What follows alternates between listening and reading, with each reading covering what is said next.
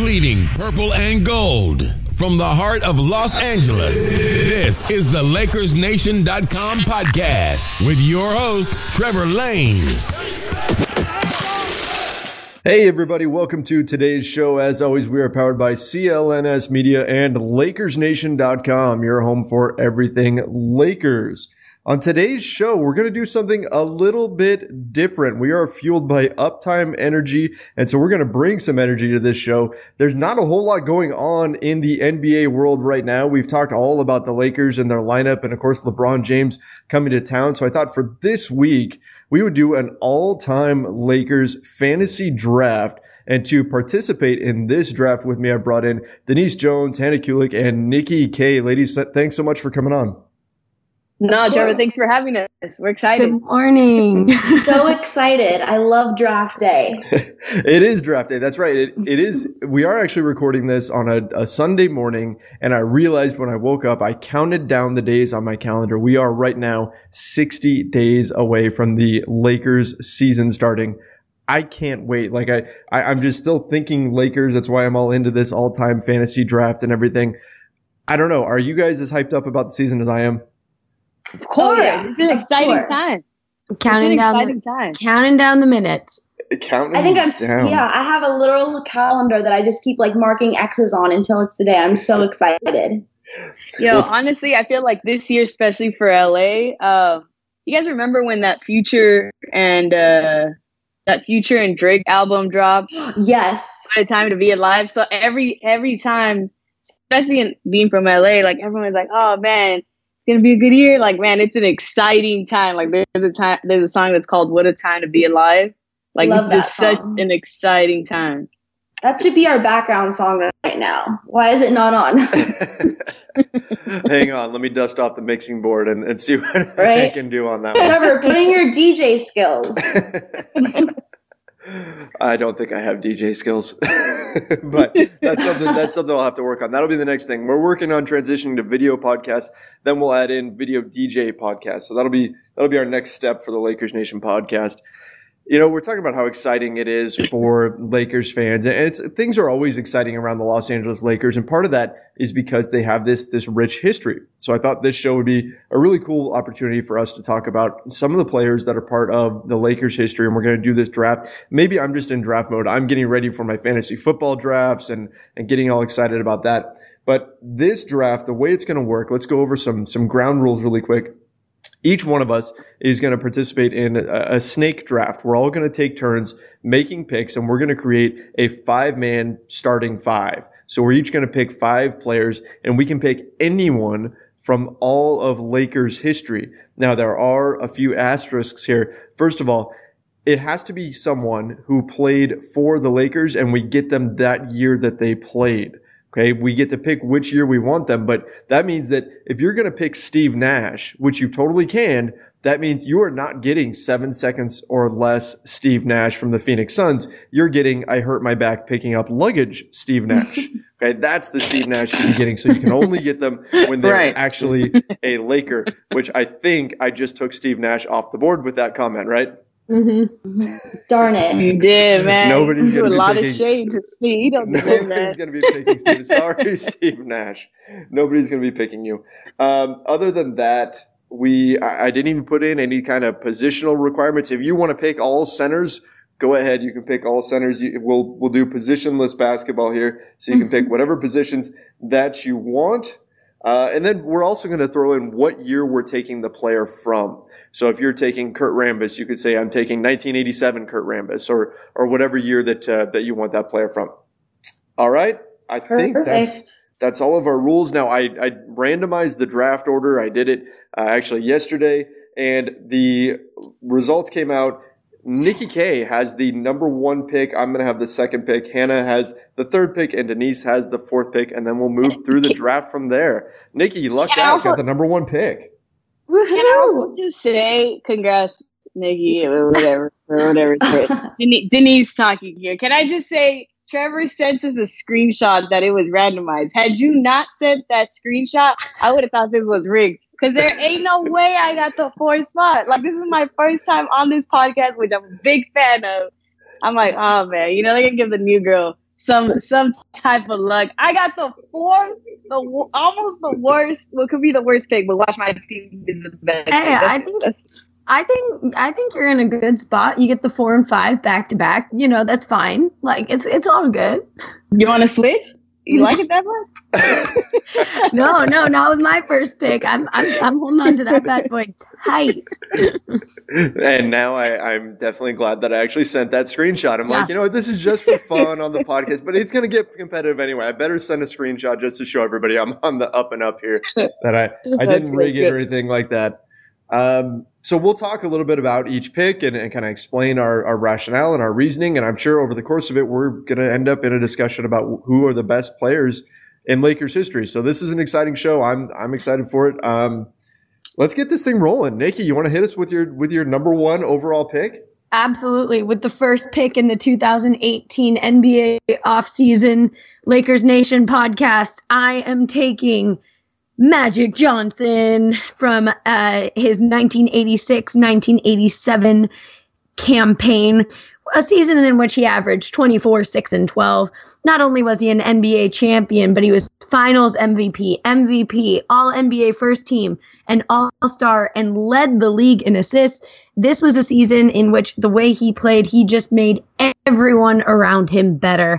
And against the Celtics in the Finals, shot an astounding 54% from the field, and he actually recorded more steals than turnovers. So Magic Johnson will be headlining my all-time Lakers starting five.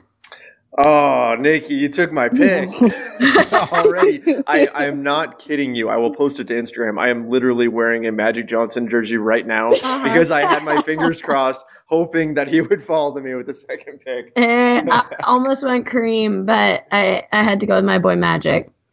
I don't blame you. Magic Johnson, number one overall pick. Hard to argue with that one, right? I mean, hey, he is certainly one of the greatest Lakers of all time, and starting off with a great point guard that can get out and run the fast break. Good one. All right, second pick. I'm up.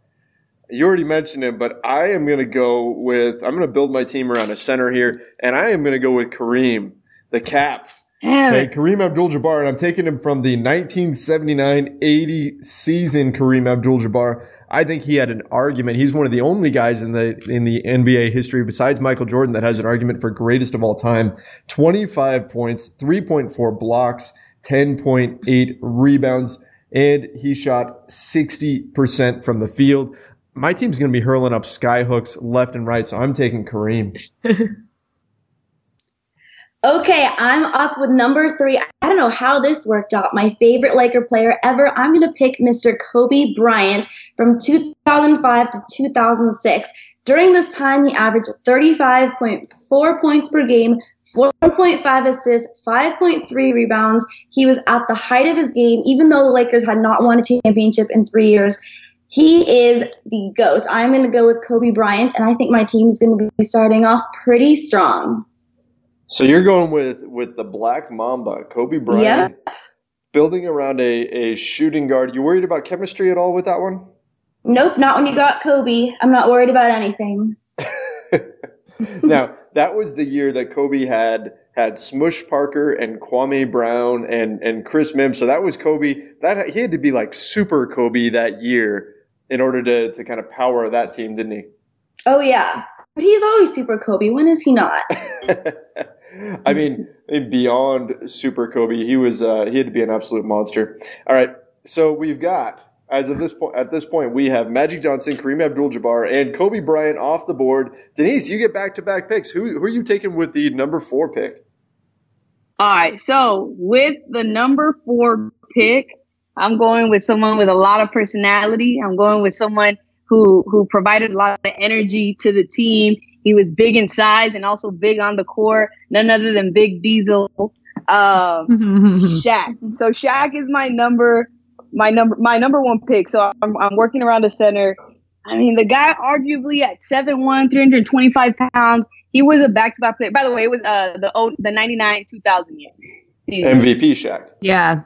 MVP Shaq. He was dominant on the court, in scoring and field goals and free throw attempts and field goal percentage. And finished second in total rebounds that season. And I mean, despite honestly, like the shots, the shots that he made, the fourth quarter, his fourth quarters were honestly the strongest quarters that season, and a lot of people didn't take into account just how strong and how consistent and reliable Shaq was that season. He was a scary guy to have on the court, and that's not even talking about his size; it's just his game.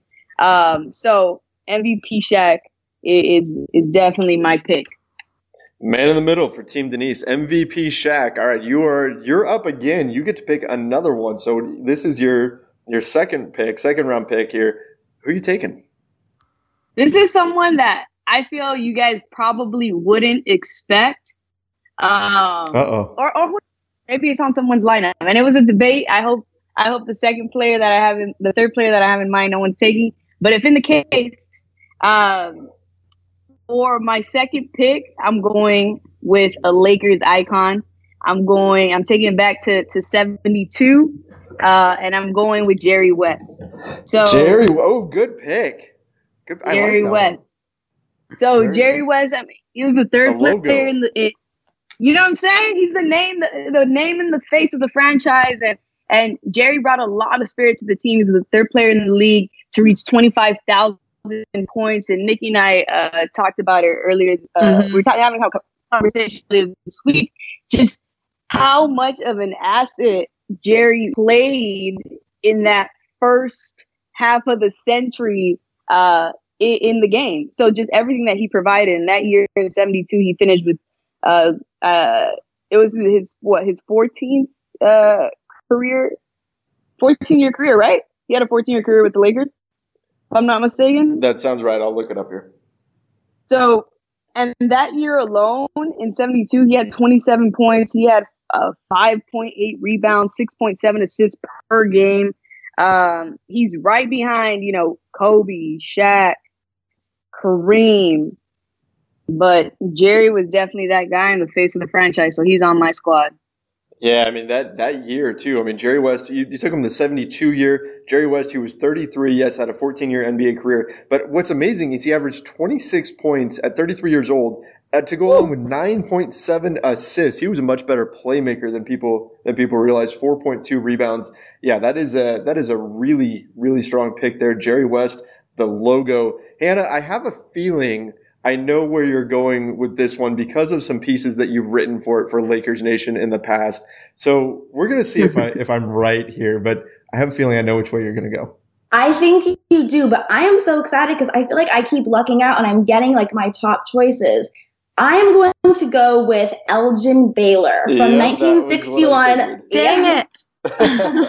I have to go with Elgin. From 1961 to 1962, during this season, he averaged 38.3 points per game, 18.6 rebounds, and 4.6 assists, and he was playing 44 minutes a game. This was Baylor's fourth season in the league, and this is honestly just one of the greatest individual seasons in NBA history.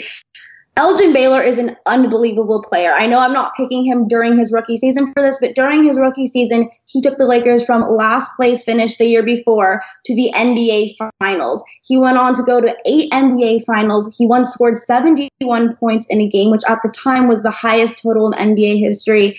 And he still holds the record for the most record for points in an NBA Finals game at 61. So Elgin Baylor is a legend, so I'm very excited with this pick.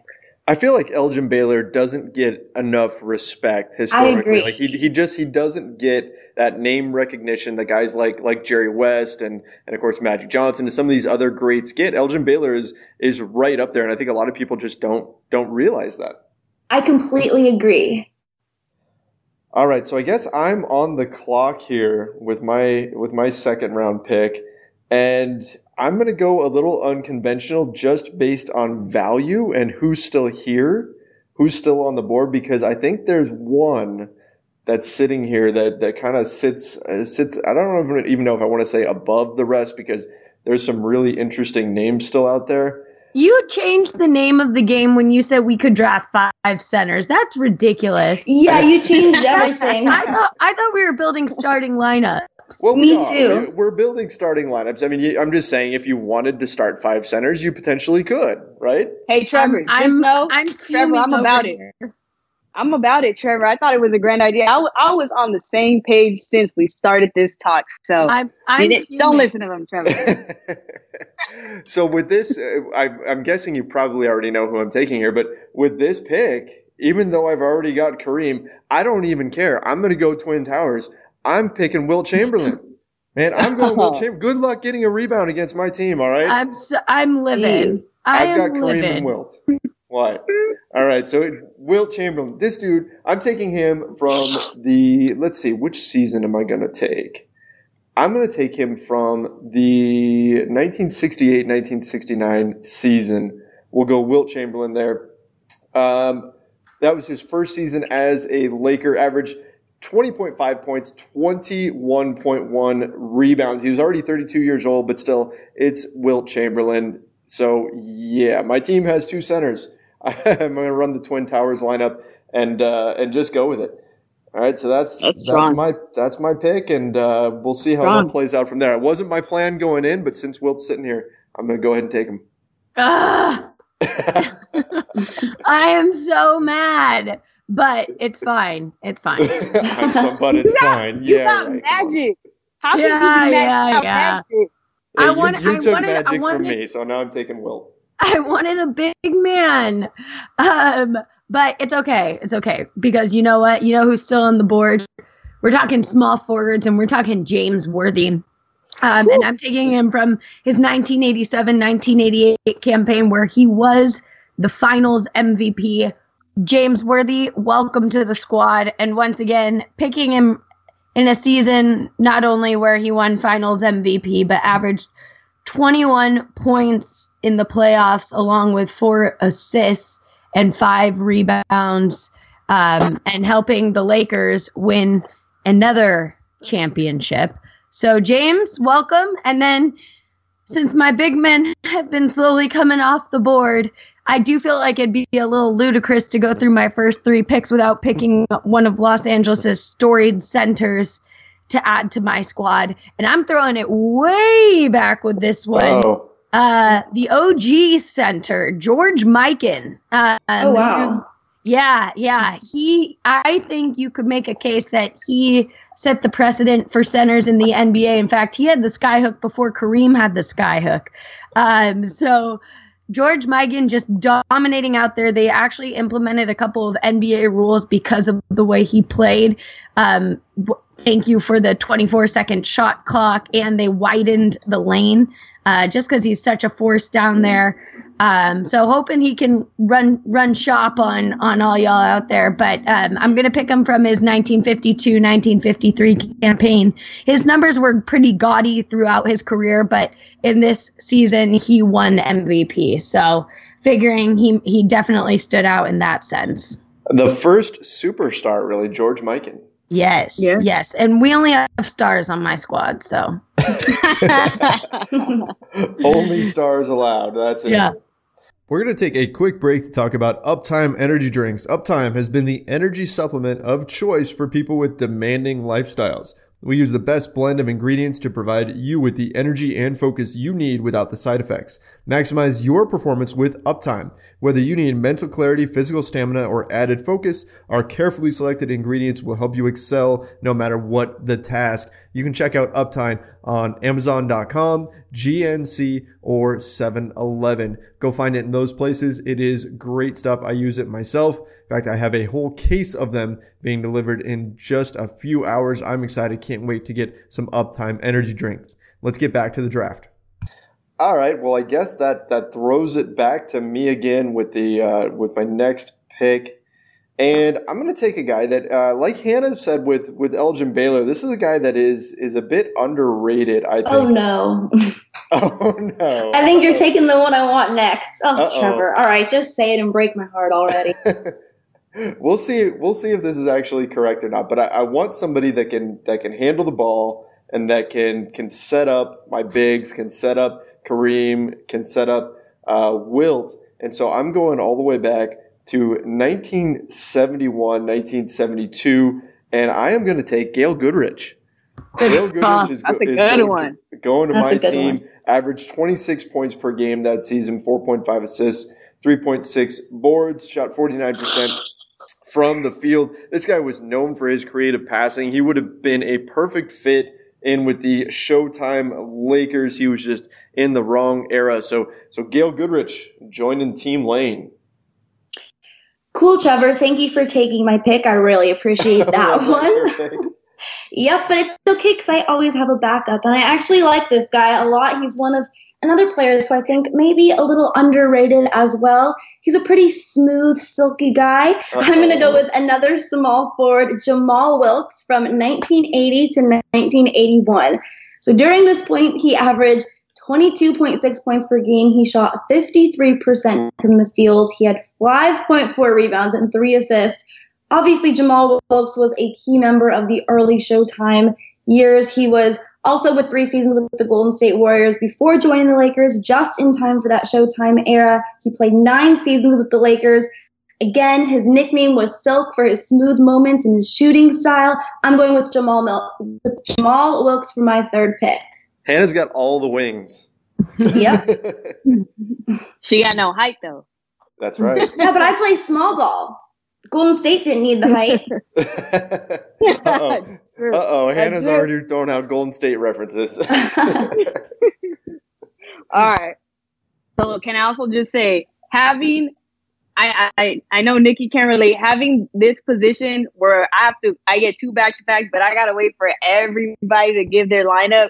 Yeah. I just pray that you guys don't say any of the players that I want to say or I'm thinking of. So thankfully, not the case. So I'm going into, I feel, one of the in the lane where it's one of the more overlooked players, Laker players, that you guys surprisingly haven't called. Your team got no defense without this guy. He won 8 straight NBA all defensive teams, and in the year that I'm getting him, 1987, he was the best defensive player of the year. And he wasn't just the best defensive player with the Lakers, but he was the best defensive player, honestly, or the best defender in the NBA in the 80s. So the fact that he played with the Showtime era, I feel like because his teammates were in that famous side, he didn't get the light that he deserved. But I'm going with 1987 Michael Cooper. Oh, good pick. Lockdown defender. I was holding my breath on that one. You thought, were you gonna get this guy? No, I have another 87-88 player on my board, but I'm hoping he's not gone. Yo, Michael Cooper was definitely that player. Like the fact that he locked down Larry Bird the way that he did, which he even called the best defender he ever faced. He was a reliable guy. He was consistent. He was a solid 3-point shooter who could also run the floor with his best team, like his famous teammates. It was always like, Magic running the ball and then Worthy and Cooper on his side. So I don't know. Everyone in LA was definitely in Coop's side that year, and the guy doesn't get the credit he deserves, and that's because he's a defender. Even though he had that solid offense, he was a defender, and defenders get overlooked. Defenders, especially in today's game, you don't hear too much about. You don't have a talk about best defender. You might not even have an actual team to put together with strictly focusing on defense. So Coop set the bar, and the bar is still up there with his name on it. That's a great point. Yeah, I just published an article for Lakers Nation all about how Lonzo Ball was overlooked this season because his offense wasn't good. But his defense was so good. He was actually valuable statistically but we don't pay attention to defense. That's just not as glamorous. We look at offense. That's all the highlights and everything is all offense. So Michael Cooper, yes, definitely underrated because he's so good at defense, and that's his thing. He makes it hard on the other team to score. So Jerry West and Michael Cooper in your backcourt, that's going to be tough to stop. Yeah. And then I have another back-to-back pick, right? Yep, you got another one here. All right, so I'm going a lot smaller than I feel like I've gone. And this guy came in clutch. Honestly, his nickname should have been Clutch based off of that Game 4 2009 performance. Nikki knows this is like one of my favorite players. Yes. And that moment alone, that 0.4 shot against the Spurs in 2004 was, that reason. So I'm going with I mean, I was hoping you guys would already say his name, but I was building anticipation. Since you guys didn't follow my lead, we're just gonna go with Derek Fisher. We're going with Derek Fisher. You know, Denise, I think you're on to something with that lineup though, because like there's so much debate as to whether Jerry West's true role could have been a shooting guard or point guard. So having him playing alongside a natural distributor like Fish, that allows him to play off ball a little bit more. So I applaud you on your roster vision here. My God, I wish I could say the same, but I'm glad that you think my team is so tight, man. I'm excited about my. Not just kidding, I'm not. I'm excited about your team too. You got Magic, you got Worthy, you got Mike. And Magic was definitely mine and everyone else's pick, but you're absolutely right. The Fish is just like Cooper, an underrated player in the way that he wasn't the biggest, the quickest, or the most athletic guy. But he kind of had a knack for just playing the game the way that he did, and he was so clutch. He was reliable in moments where everyone thought the game could have been lost. And unfortunately, because of things that happen off the court, I don't think in today's game he gets the respect that he deserves. But let's not forget that he was drafted in '96. With him and Kobe. He was drafted with Kobe. So it's one of those things where he's not in conversations that he should be, but he needs to be because he is and will always be that clutch player. What year are you taking Fisher from? Are you taking 2001 Fisher from the crazy NBA Finals run? Or are you taking him from the .4 year? What are you going with? So I was gonna do the cliche 2004 year, but I went with the 2009. His clutchness in 2009. Yep. All right, good one. All right, Hannah, possessor of all of the wing players, you're on. All right, I'm going to go for a little bit of a big man this time, but still kind of keeping it versatile. I'm going to go with Pau Gasol from 2009 to 2010. I have a little bit of a soft spot for Pau. I just love him. During this time, he averaged 18.3 points per game. He shot 54% from the floor. He also had 11 rebounds, 3.4 assists, and 2 blocks per game. This is the first time that the Lakers actually won first of back-to-back titles. I know he's got that chemistry with Kobe Bryant. I know they loved playing together. I think he would fit well with all my other players. He's a good guy to always have on your team, a good leader guy. So I'm going with Pau Gasol. That's a good one. Pau is actually on my list. I'm going, crap, I've got 2 centers already, but Pau is so good. And I love that you picked that season. I was going to be tempted to just take him and throw him out there. I love that you take that season. That was the season that he was so determined to prove that he wasn't soft. I mean, that was the year of the crazy hair yelling after every basket, Pau Gasol. That was, I think that was prime Pau Gasol. So that's a great pick. I love that one, especially for your team with the way your team's set up. I'm going to go for my pick here. I'm going to go with somebody that is still very, very near and dear to the hearts of Lakers fans. And this is a guy who was Kobe before Kobe. He was the guy who had to be shipped out in order to make room for Kobe, but he had so much talent, ended up having a very, very long NBA career. He's a multi-time all-star, and I think he fits my team perfectly because I do need a wing player. And so I am going with the guy whose name we love to chant from the rafters, Eddie Jones. Eddie Jones is my guy, and I'm going with 97, 98 Eddie Jones. We're talking 17 points per game, 3.8 rebounds, 3.1 assists, 2 steals per game. So very, very versatile. And what I really love is his 39% shooting from 3-point land. So Eddie Jones is going to be the shooting guard for my team. That was the year. His season before, statistically, he was a little bit better in terms of just counting stats, but his field goal percentage jumped all the way up to 48% that season. So that's why I'm going with Eddie Jones from the 97-98 season, because I think he's going to be a really efficient scorer for my team. So Eddie Jones, come on down to Team Lane, 1997-98. Eddie Jones joining my squad. All right. So I'm filling out my squad here, huh? Closing it up. Yeah. I'm adding players 4 and 5. That's right. To Your last the 2 list. picks here. Yeah. And I'm shocked this guy's still on the leaderboard. Very overlooked. Leaderboard. I'm thinking golf right now. It's Sunday. On the draft board.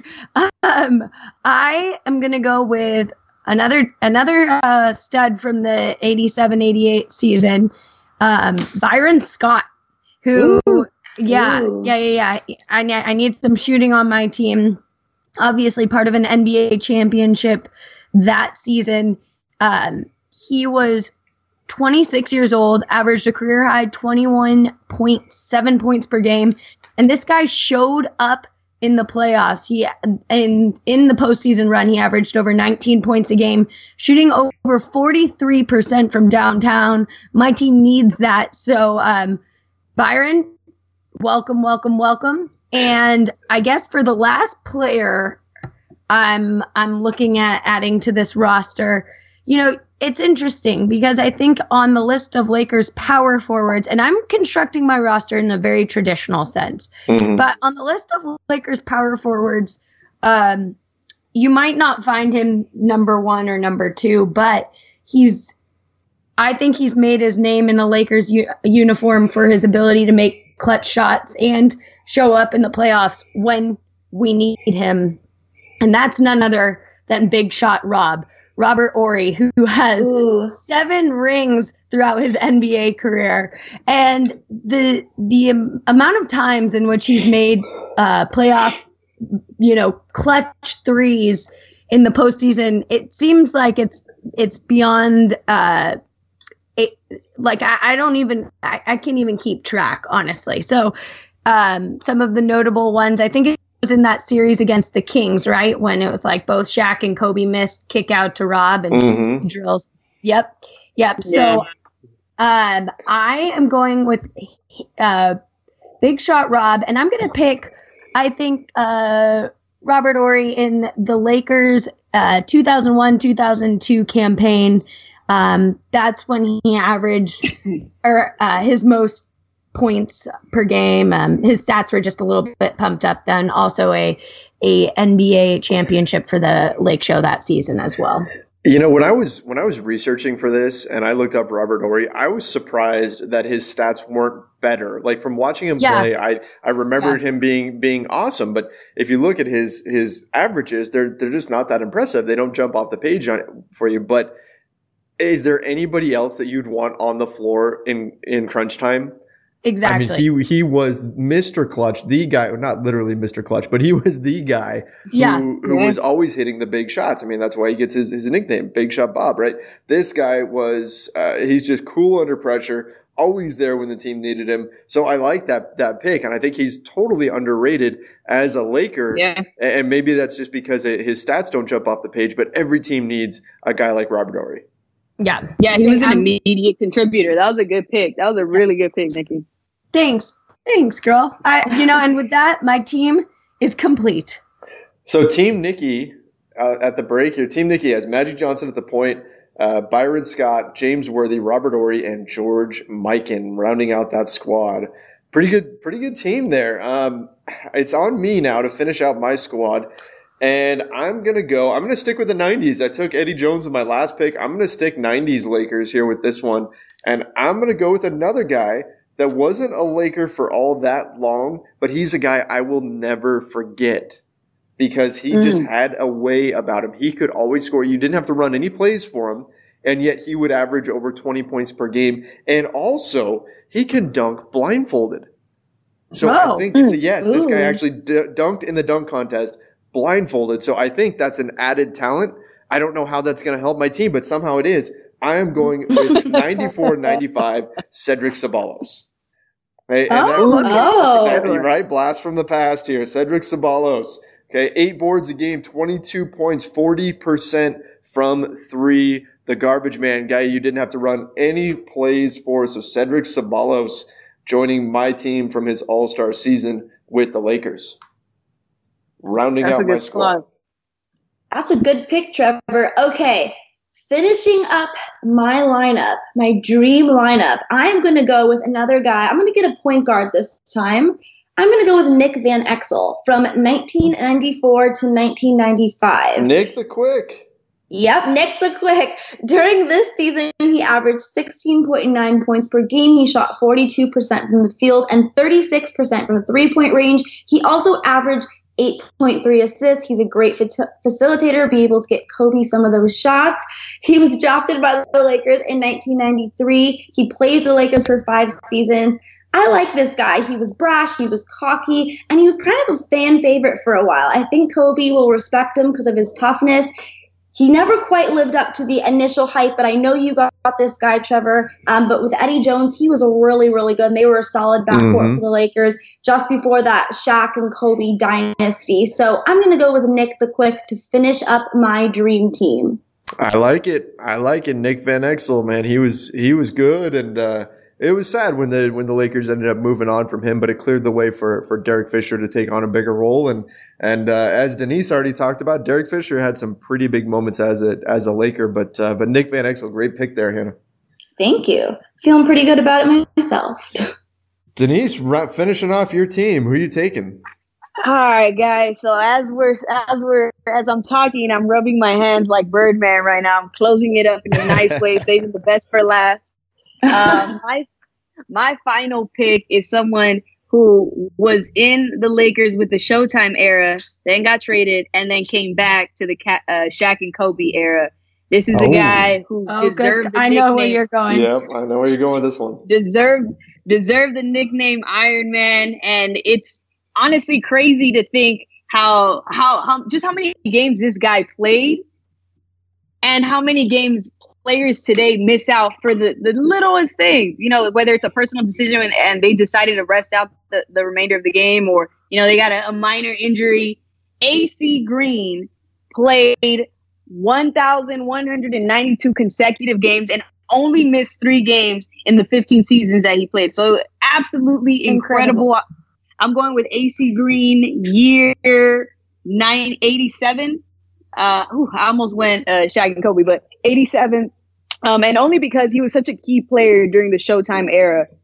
When he was drafted, he was an immediate contributor. Even though he averaged like 20 minutes per game as a rookie, that quickly made him a starter, and he deserved to be a starter in the second season that he played. He got the respect that he deserved from his teammates, and he secured a win for these guys. So Iron Man is the one I feel like the perfect man to close off this draft, to close off my team, and a player that was with the Lakers, left, and then came back to close it in the best way. So AC Green is for me. I like it. Good pick here. AC Green rounds it out, so he's going to be manning the middle with Shaq for your team. Nice. Man, yep. Okay, so let's recap these rosters here. So Team Denise, you've got Shaq, Jerry West, Michael Cooper, Derek Fisher, and AC Green. Hannah wound up with Kobe Bryant, Elgin Baylor, Jamal Wilkes, Pau Gasol, and Nick Van Exel. My team is Kareem, Wilt Chamberlain, Gail Goodrich, Eddie Jones, and Cedric Ceballos. And Team Nikki is Magic Johnson, James Worthy, George Mikan, Byron Scott, and Robert Horry. Man, those are some good lineups. I'm excited about these teams. These turned out really good. I wish this was like a real thing. If we just need a time machine, we can do this. Right? We can make this happen. Let's talk about this real quick before we get out of here. Is there anyone that you're surprised did not get picked? Oh, that's a good question. I've got one that I'm going to throw out there that I might have taken if I needed a big, especially if I needed a versatile big. I'm thinking about Lamar Odom. I was going to say Lamar Odom. I actually had him on my list just in case. That's interesting. Yeah. I just think when you look at the rich center position in Lakers history, if the draft, I think the draft pool were bigger in terms of team selecting, he'd definitely be taken. But since there's 4 of us, I'm not surprised that we found our front courts filled quickly and he's still out there. Yeah, I agree with that. And honestly, if we're thinking Lamar Odom, we could also talk about Harrison. So that's someone who could have been picked if we're thinking Lamar Odom. But that's interesting. I'm pretty happy with the picks that everyone made. I don't feel like there's anyone I'm too surprised that didn't get called. maybe like a pretty looking Rick Fox, but Right. I don't see anybody that we miss. I feel like we locked down the names in the best way. I think that the only other one that I was looking at that I think is certainly worthy. I mean, and he's not a guy that a lot of fans will give a lot of credibility to because he kind of got overshadowed by Magic Johnson, but he's better than a lot of people realize, and that's Norm Nixon. Norm Nixon would have been another good one to throw in there. He was extremely talented player. Ended up getting traded. As I recall, he got traded in order to bring in Byron Scott back in the early 80s. So he would have been an interesting one as well. But when I think more than anything else, when you're looking at this, it becomes apparent just how incredible the Lakers history is. When you look at how these teams came together, we picked 20 players. I mean, what other franchise besides maybe the Boston Celtics could you pick 20 players from and create 5-man rotations or 5 starting lineups that would be this strong? I mean, it's crazy. That is true. And we could have also gone into, picking bench players as well. So that is so true. The Lakers have just been so lucky in terms of the players they've been able to get. They truly just have so many legends and so many greats that have played for them on their team. And like you said, Trevor, there really hasn't been, maybe besides the Boston Celtics, another team that has had that privilege. So we are truly lucky as Laker fans. Absolutely we are, and that's something to always keep in mind. We always like to look at the big picture, pan back a little bit. In fandom, we tend to just kind of look at oh my gosh, the team lost this game on this day, and everybody panics, or the team wins a game and everybody celebrates. Sometimes you have to step back and look at the big picture and think, man, over the course of the decades, this franchise has been so consistently good and had so many star players. It really is incredible, and a testament to how good ownership has been for this franchise. Absolutely. I feel like we're definitely an immortal team when it comes to players, just because of all the names. The fact that we went all the way back, there's teams that can't name players from the first century of basketball with their teams, and that's not just their team. It's just how good and consistent that we've been. And I think you hit that right on the dot, Trevor. Like, we've made really good business decisions as far as who to bring on the squad. So I'm going to post these rosters, and we'll run a Twitter poll. So listeners, head over to Twitter. We'll run a Twitter poll after this publishes, and you guys can vote on who you think has the best team. What do you guys think? Who do you think wound up with the best, or is everybody just going to say it themselves? I for sure would say myself. Definitely me. I'm winning the championship, no question, undefeated. Okay, I think I have the best. I think my centers are going to dominate everybody. So at this point, we all feel like we have the best team. So it's going to be up to our listeners to determine who the actual winner is. And we'll see how that all comes out with our Twitter poll. I'm going to post that after this episode publishes, which will be Monday morning, which is tomorrow. So that's going to publish, and then we'll find out who actually wins this all-time Lakers draft battle. And I guess that'll wrap us up for today. First of all, Nikki K, Denise Jones, Hannah Kulik, thanks so much for coming on and joining me and doing this. This was a ton of fun. A great way to spend an episode during the dog days of August, I think. Of course, this was awesome. Thank you so much. What a great idea, too. I love this. Thank you, Trevor. This was great, Trevor. Thank you so much. No problem. Again, thank you all for taking some time on a Sunday, especially a Sunday morning, getting up early and getting at it. Guys, make sure that you go follow each of these ladies on Twitter. You can find Hannah at Hannah_Kulik. You can find Nikki at NikkiKTV. And you can find Denise at Denise. That's going to wrap things up for today. Make sure you guys head over to LakersNation.com for everything Lakers. We have all the latest breaking Lakers news, so make sure you check that out. And also find us on Instagram at Lakers Nation Official. You can check out the Lakers Nation YouTube page, and of course at Lakers Nation on Twitter. If you want to follow me on Twitter, my name is Trevor Lane. You can find me at Trevor_Lane. That's it for today's show. Do make sure you check out that Twitter poll. Go ahead and vote on who created the best team here, and we'll be back next Monday with a brand new episode. Thanks everybody for listening. See ya.